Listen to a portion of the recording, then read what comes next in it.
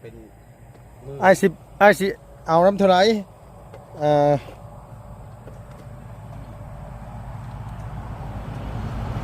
แดดเลย มันแดดกันยังเขาว่าผมพี่มาจะมาผมพี่มันแดดกันได้อันคุยกันอันมองที่มันเย็นๆพี่โดย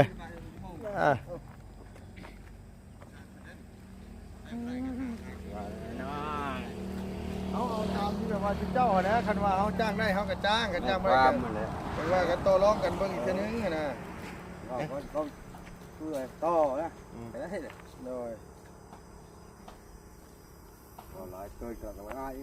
ไปชมในงานไปชมเรียกกันละง่ายเสาที่การเอาน้ำเสาหาป่ะ อ๋อเสาหาใช่ไหมเสาหานักแดบูในเสาหาเนาะแต่คนในนักนะเงินกูมือนี่จะมาแล้วมันจิเบิดด้านนึงแล้วก็เต้นสหาดิเนาะเน้นดิ้นเสือมันเด็กโอ้ย2 เมตรก็เบิดกูห้องเนาะมันเด็กสหาล้านเป็นเงินบาทตกเท่าไหร่ เสาหาล้านเป็นเงินบาทครับตกอยู่30,000 40,000ปลาย ฮอดบ่ เขา 30,000 บอส30,000ก็ได้20 ล้าน เสาเอสแล้วก็107เนาะ 30,000ไป เสาหา30,000ปลาย30,000ปลายบาท โอ้นักเลย30,000ไปเอาจ้างเต็มที่ที่เก่าไม่ได้เต็มที่ไม่ได้20,000น้อย แม่น 20,000 บอกคันว่าเพราะว่ามันเป็นอย่างเฮาจังจ้างได้แต่ราคานี่แต่ละหลังเพราะว่ามันเงินแบบว่าซอยเพิ่นน่ะนะมันบ่แม่นว่าเงินเฮาแบบว่านั่นเองเพราะว่าเฮามีจำาไดเฮาก็ตามกำลังเฮานะเฮากะว่าเฮาเฮ็ดบ่ได้เฮาก็บ่เฮ็ดนะเพราะว่ามันบ่แม่นเงินแบบว่ามาแบบเป็นแสน2แสนสินะ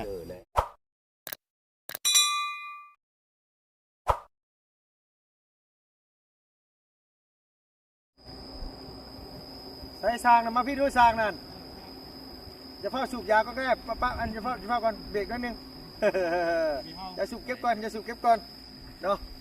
เอาพี่น้องไว้พอดีว่าสร้างเพิ่นมาเบิ่งว่าสิตั้งเรือนสาวของมี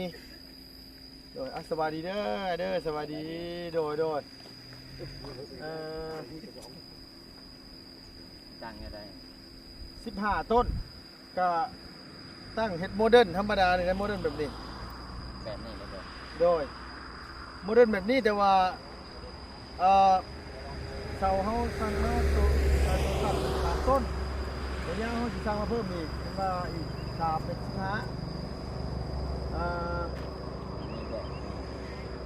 ฮะมีแบบแบบมันก็หรือเอาตามได้บ่แบบมาเปิ่งเอาบ่แบบที่ว่ามานี่บ่หรือว่าปลอกปลังมันบ่มีได้จังว่าถามเจ้าของผู้เพิ่นนั่นสิมาพี่นั่งนั่นล่ะมากบ่โดยผู้เพิ่นนี่แหละมาพี่ก่อนมีแต่บ่แบบเพื่อนแบบว่าสิให้ไปตั้งให้นั่นน่ะยังบ่ได้เบิ่งเอ้าเนาะยังบ่ได้เบิ่งครับ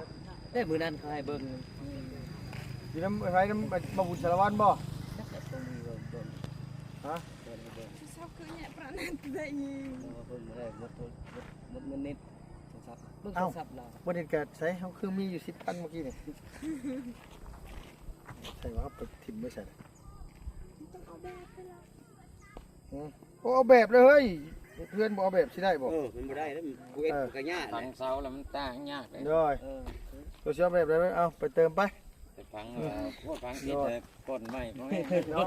ไปงานตัวใหม่แล้วบ่รู้ว่าเพิ่นเสียแบบใดนะแต่ว่าทั้งนี้ทั้งนั้นก็อยู่น้ำเจ้าของเฮือนแล้วว่าเพิ่นเสียแบบใดตามหมักแล้วเนาะโดยมันกว่าเราจะพอเงินแล้วมักโมนั่นมักโมได้เอาหมดได้เอา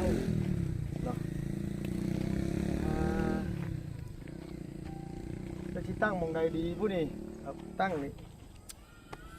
มีแต่จุดนี้เป็นตั้งบนนั้นครับมีเอาไว้ต่อหน้าแบบเดินฉะนั้นมันยากนะมีเงินพุทธน้อยในใจถ้าเป็นของเฮานี่เฮาสิจ้างเขามาจกดินนอกเฮาสมมุติเฮาเลยจกให้เจ้าเอาไปขายมันต่ำกว่านี้นั่นเองต่ำยังขาดแล้ว ให้จกให้กับเจ้าเอาดินไปขายแต่เขาก็ได้เดินสินะให้มันต่ำลงกว่านี้ ยันเข้าเบเอา ไผบ่เอาดินเนี่ยเขาเจ้าบ่เอานะ ตอนนั้นเบาแสงพอดินพอบ่ให้แต่เขาให้เขาตักอิน ไอ้เสียเงินอีกดินกันเขาเอาเงินเสีย โอ้เสียก็เสียบ่หลายเนาะเสียก็เสียบ่หลายนางเอ้ยเสียเล็กๆน้อยๆนี่ ปล่อยไปขาย โดย เฮ็ดปั๊บตับงามเนาะ โดยไปตำเนี่ยสิงามอยู่บ่มียังแฟนนั่นล่ะเจ้าบ่าว จะมาเอาเนาะลุง บ่แล้วบ่กล้าได้อเฮ้ยมาถืออีโต้เข้ามาสิมันยากใช่บ่ล่ะใส่แบบเพื่อนน่ะแบบเอาเบิ่งแบบใดเอาแบบใด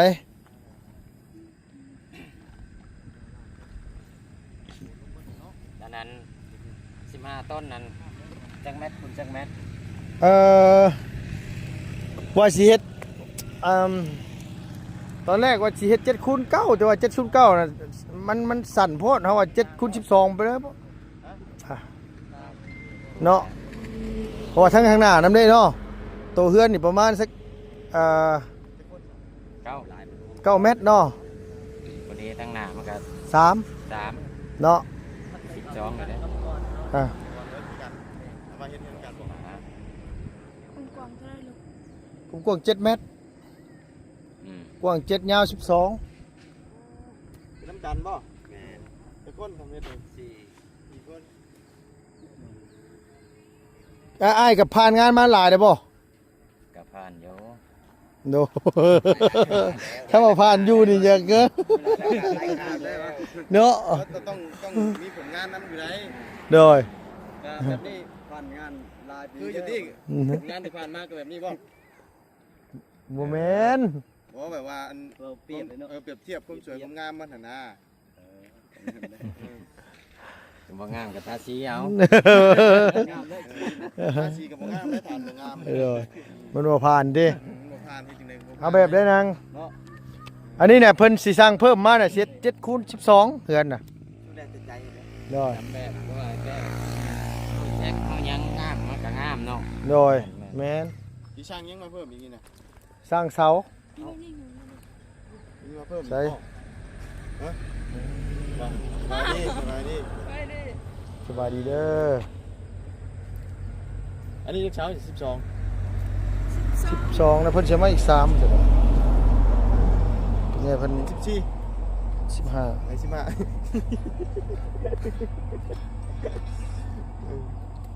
ส่ง ต้นบัดนี้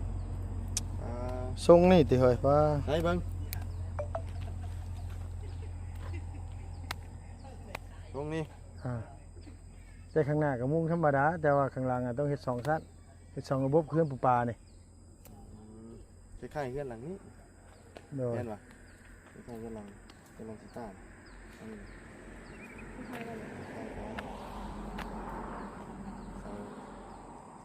ก็เป็นรังแบบนี้แหละแต่ว่าแค่ โดย แค่เป็นบักนี่เฉย มัน มันมีแต่ต่อเสาเอา มันนั่นน่ะคือต่อนั่นมันซื้อน้อยเนาะนี่แบบนี้เนาะ มีแต่ต่อเสาอ่ะ ต่อทางเทิงมันหลังคามันซื้อนั่น เพื่อน น่ะ อีหยังก็ล่างบ่ ล่างน่ะซื้อต่อล่างเนาะดังคือเฮือนนั่นน่ะน้อง ต่อเสาแล้วต่อดังมันก็แม่น โดย ใช่ดั้งมันนั่นแหละเสาดั้งเอาหยังมันนี่แหละ แต่ว่าดังเสาก็แม่นนะมันสูงขึ้นไปเด้ แล้วจังหวะน่ะ เฮ็ดตัวสูงตัวต่ำมันสิ ระบบนี่ก็นี่เนี่ยไปบุญนี่แบบนี้จะได้นี่น่ะนี่ครับเป็นทรงเดียวกันนี่แหละเป็นทรงแบบนี้แหละเนาะ แต่เนี่ย นี่ก็งามอยู่งามอยู่ บ่ได้แทรกบ่ได้หยังเอา โดย เฮ็ดอะไรมันเฮ็ดหยังแน่ เฮ็ดตั้งเสาเทคานก่อนหั่นน่ะตั้งเสาเทคานก่อน แบบไรเป็น ตั้งคันว่าตั้งแถวเลยมันสบายยันว่ามันจะเช็คแชกนะ จังหวะนี่ก็เขาก็ยังบ่ได้ฮู้ว่าผู้อยู่แล้วผู้เฮ็ดนี่ก็จักสิเฮ็ดแล้วบ่แล้ว โอ้ยตั้งเสา ก็ง่ายตอนนี้มีแต่งบตั้งเสาเทคานซื่อๆนะ ตั้งเสาเสียขาดเป็นตอนเอาแบบนั้น บ่ได้มีอะไรแบบเต็มระบบ ตั้งเสาแบบไหนนะ เลยนะ โดยผมมีมันนี่อยู่นะมาพี่ตัวน่ะ อืม ชงนี่มักบ่ชงนี่น่ะ ได้บ่ส่ง ฮะ เนาะส่งใดก็ได้บ่ได้โอ้ยติเจ้าเอาบ่จะดีก็ความเจ้าอีกเนาะ ก็จะได้เนาะ โ อันนี้ก็งานเงิน ก็หมดเดียวกันนี่แหละ โดย ถ้าว่าเครื่องอันนั้นห้องหนึงนี่เอาขึ้นสูงมันก็คือกัน โดย แบบ อันนี้นี่คือแบบว่านี่ตัวนี้เนี่ยเขาเจ้าบริเวณต่อบริเวณต่อนั่นต่อดั้งมันเนาะบุเนาะ ดังเอา ต่อดั้งมันแต่ว่าเสามันซ้ำกันเบิด หลังต่ำ ดังคือลังตั้มอะไรแต่ว่าบอกไงว่าเขาตั้งเสาเทคานนั่นตัวนี้จะคิดตามหลังตัวนี้ หลั น่ะ งคามเห็นน้ำหลังล็อก โดยหลังคาเห็นตามหลัง ว่าหมดนี่มันก็สบาย เดี๋ยวเอาเป็นขั้นรุ่นตอนไปมันสบาย มีแต่ว่าตั้งเสาเทคานกับตั้งแบบนี้ก่อนน่ะแล้ว โดย ตั้งธรรมดาก่อนคือ ตั้ จริ ง ง ธรร ๆ ม นะ ดาก่อนนะ อืม 15 ต้นนะอันเฮือนความกว้าง7 เมตร แต่ความยาวน่ะข้างหน้า3ข้างหลัง9 2เนาะ โดย มาหาเอาเนาะ โดยแต่ว่าอ้ายสิคิดน้ำเท่าไหร่นะแบบว่านี่นะเอาเฮ็ดน้ำหลายๆนี่เขาก็จ้างได้เขาก็จ้างไปเขาก็บ่จ้าง ความเอาเนาะ โดย ก็ถามหมู่ก่อนว่าหมู่สิเฮ็ดกัน โดยมีแต่ว่าไอ้ถามมึงหมู่ก่อนไปปรึกษาหารือกันว่ามันสิได้เท่าไหร่กันว่าราคามันพอฟังในน้องก็สิให้อ้ายลงมือเลยกันว่าราคาว่าแล้วแต่ว่าแบบต่อรองกันได้มันเจ้าโอเคเฮาโอเคเลยก็อาจจังว่ากันอีกเทื่อนึงนั่นนะ ทำไมเว้ามาต่อรองบ่ได้ก็มันเฮ็ดบ่ได้เนาะเฮาก็ เฮ็ดบ่ได้เงินเฮาสมมุติว่างบเฮามันมีสำนี้ เงินเฮามันงบจำกัดนี่แต่ละอย่างนี่ นะ มันบ่ได้มีแบบว่าตุ้ยบ่เดียว200ปลายล้านคือหลังนี่เด้ ตรงหลังนี่เนี่ยแม่นข้างหลังนี่น่ะมัน200กว่าล้านแต่ว่าชุมเฮานี่มันมีบ่มีแบบนั้น เงินมันมีแต่ละส่วนไปซื้อจักแต่ซ้ำนี่ค่าจ้างก็จักสิพอบ่นี่ก็ได้รายคิดรายกี้ครับนี่ก็ได้ เพราะว่าเฮาก็บ่อยากถือไว้กันเงินเพิ่นน่ะ โดย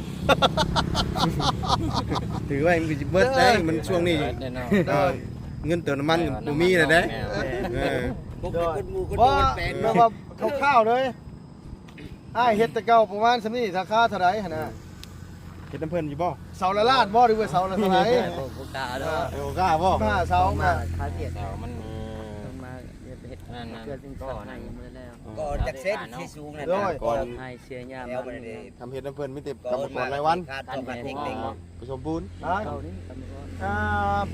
ก่อนรายวัน ๆ คันห้องนะบ่ แม่น คันเบิดชั่วโมงได้เนาะเปล่าเนาะคันแต่เขาเฮ็ดคันเบิดชั่วโมงบ่ อิหยัง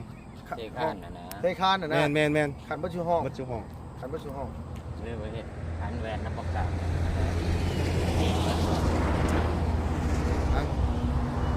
ว่าทั้งกลางมันนะครับขันแวนแล้วก็ แล้วก็คันทุกเส้นเลยแต่เก่า ทางกลางกับทางยาวเลยได้ทางยาว เดิ เลย นแต่เช้านั้นก็ใส่เช้านี่แล้วนะ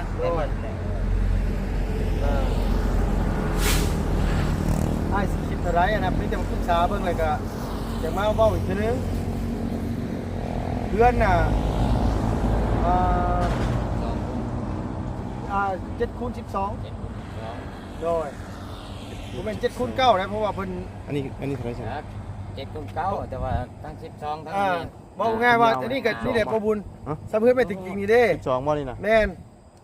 เพราะว่าตัวเฮือนน่ะ9เมตรตัวเฮือนน่ะตัวในเฮือนน่ะตัวข้างนอกมา3เมตรเป็น12เมตรโดยบ่แม่นว่าวันนี้ได้ ไม่เราโทรเฮิน เดี๋ยวบ่เป็นตัวเฮือนไหน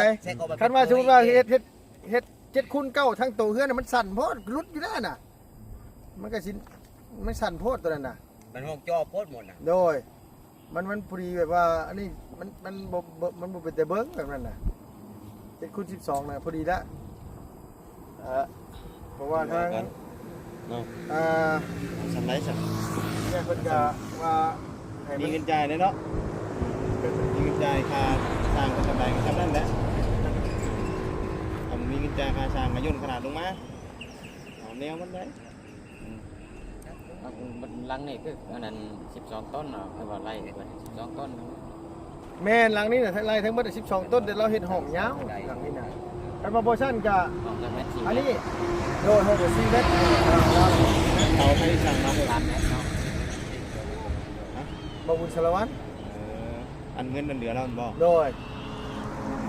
เหลือแล้วนะ ต้นเท่าไหร่บ่ สิได้ถามลุงชัยน่ะเฮ็ดบ่ ใช่ 3ต้น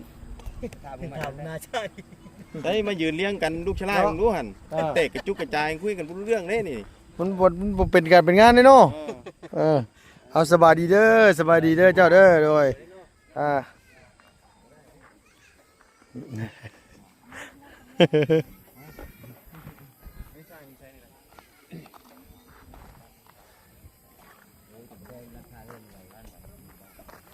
มีแต่ว่าคุยกันเบิ้งว่าชุมอ้ายสิเอาเท่าไรคันเขาจ้างได้เขาก็สิจ้าง ดึงเบากันเลยแบบว่าน้ำตาลนี่แหละ เนาะมันก็ต้องถือกันได้เพราะว่า เพราะว่าผิด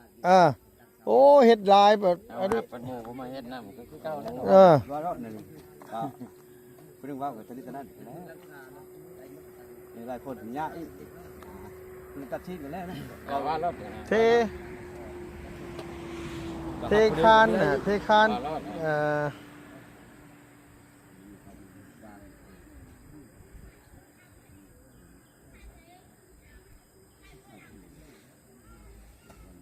บ้านไม่ได้ปุ๊บครับตัวบางนะสบายนะนี่ง่ายทำนี่แบบยังเป็นมือ ไอ้สิเอาน้ำเท่าไหรเออ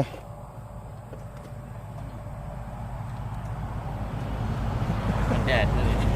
มันแดดกันยังพอผมพี่มาจะมาผมพี่มันแดดกันได้อันคุยกันมองที่มันเย็นๆพี่โดย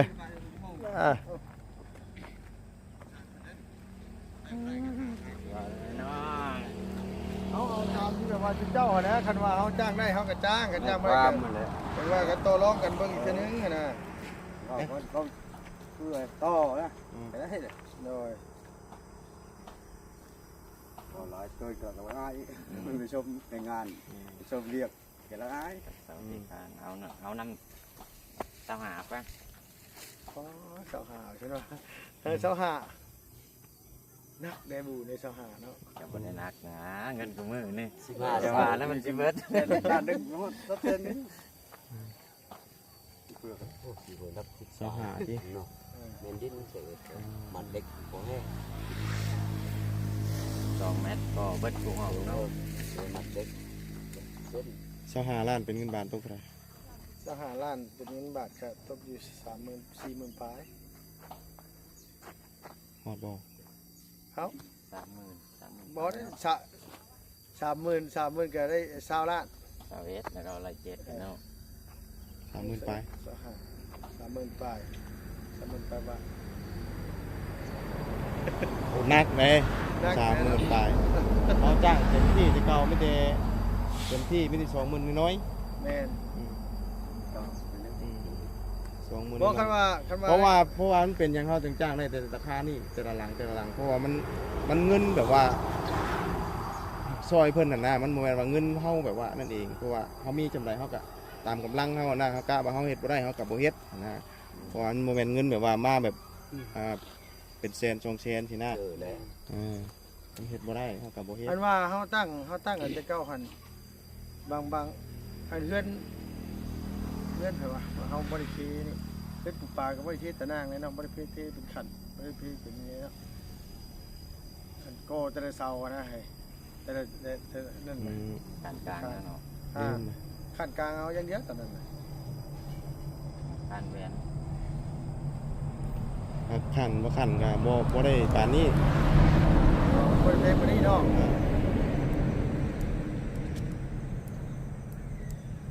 เสาหาจ้างบัวไว้เลย จ้างได้จังได้ จะเว้าเบิ่งเท่าใดอีกจะใช้ดุด เงินกับบ่พอ เงินก็บ่พอได้นี่หนูว่าแต่สิบ่กล้าต่อเลยนี่น่ะ มันขายครึ่งอยู่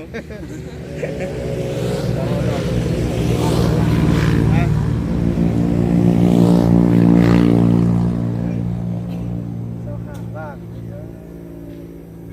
นิดแนวมันสูงปานใด แนวละ80แนวนะ 80ก็ไล่90 แล้วก็10 เม็ดนึง 80ก็90แล้ว เพื่อคาด การเขาเด็ก90เพื่อขาด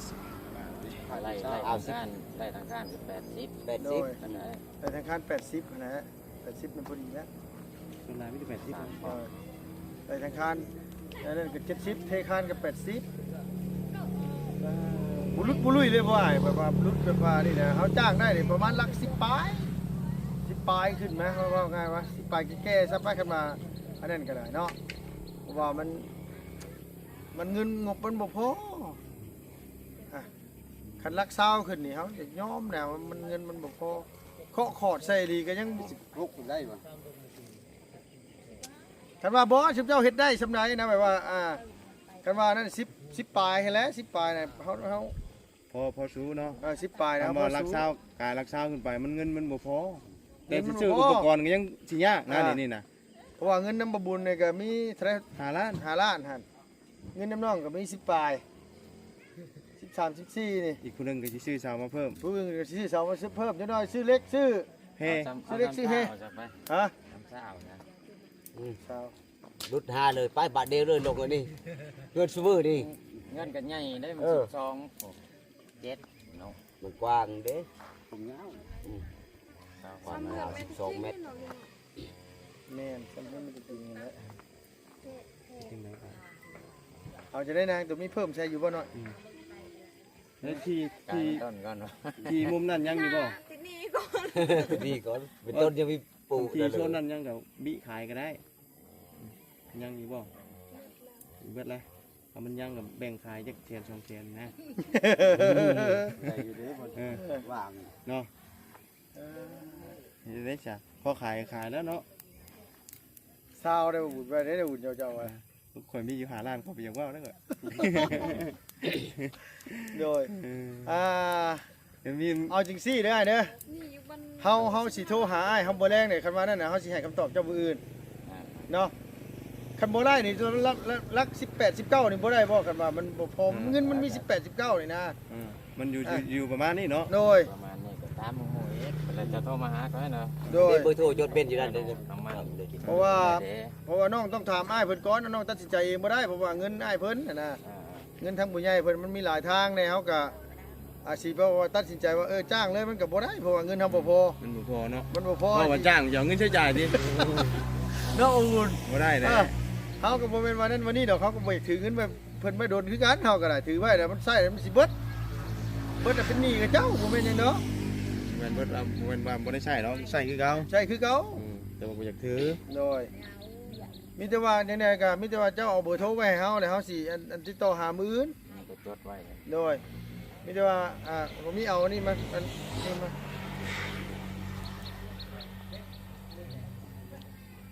เอาเดี๋ยว ดอกเป็ดสาม จังได๋เนาะก็เข้าใจอยู่อีหยังมันก็แพง แพง เอา อันนั้นนะ เล่นความ แต่ช่างต้องแจ้งนะเนาะเดี๋ยวขึ้นกันเนาะ มีจะให้อยู่เฮาก็แต่ว่ามันเงินงบมันบ่พอนี่แหละเดี๋ยวนี้น่ะ จำกัด งบมันจำกัดได้ก็ยังก็เข้ายังไง เงินก็จะจ้างอยู่ เข้า8 3 เขาเป็นช่างเขาก็อยากได้หลายเหมือนกันนะ 2 8 ดูกันแดดเนาะไงบ่ครับ ช่างเขาอยากได้หลายเหมือนกันได้อยู่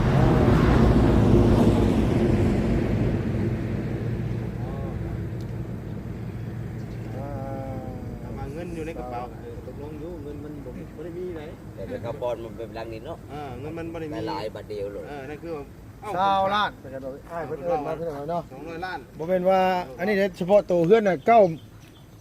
เมตร แต่ว่าต่อมาอีก3เมตรเป็น7คูณ12ซ้ำเฮือนจริงๆไงล่ะพี่น้องเอ้ยซ้ำนั่นแหละซ้ำหลังนั่นแหละ เพราะว่าทางพระอาจารย์เพิ่นสร้างเสามาเพิ่มอีก3ต้น โดยก็มีแต่ว่าให้บ่บุญสร้างเฮสร้างทรายมาแล้วคันว่าซั่นก็ได้เฮทรายก็ยังบ่ทันมีซ้ำเล็กน่ะมาไล่มาแล้วบ่เล็กบ่นางเล็กมาไล่มาแล้วบ่ มาได้เหล็กมาเลยยังเอามาอีกยังซ้ำเสายังเป็นพ่ออย่างพ่อ มาเลยเหล็ก ทรายนี่ก็เม็ดก้อนหนึงก็4แสนเฮเม็ดก้อนหนึง6แสนอ้าโธ่ฮะ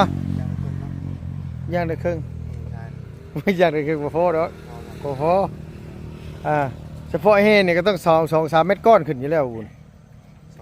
เนาะ2เม็ดก้อนก็ล้าน2 2พ่ออยู่เทคาน เนาะ พ่ออยู่ทำแม่งก็พอแล้ว โดยเทคาน มีแต่ว่าตามนั่นเลยเด้อเอาสบายดีเด้อนางเด้อเอาสบายดีเด้อบุญเด้อเอาสบายดีเด้อเบิดสุขุสุคนไม่ต้องเอ้ยเนาะ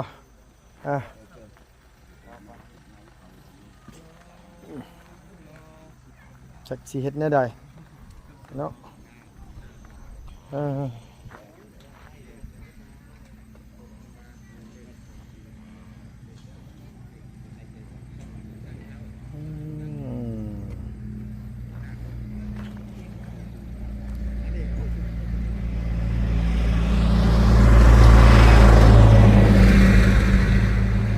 เราพี่น้องสำหรับคลิปนี้ก็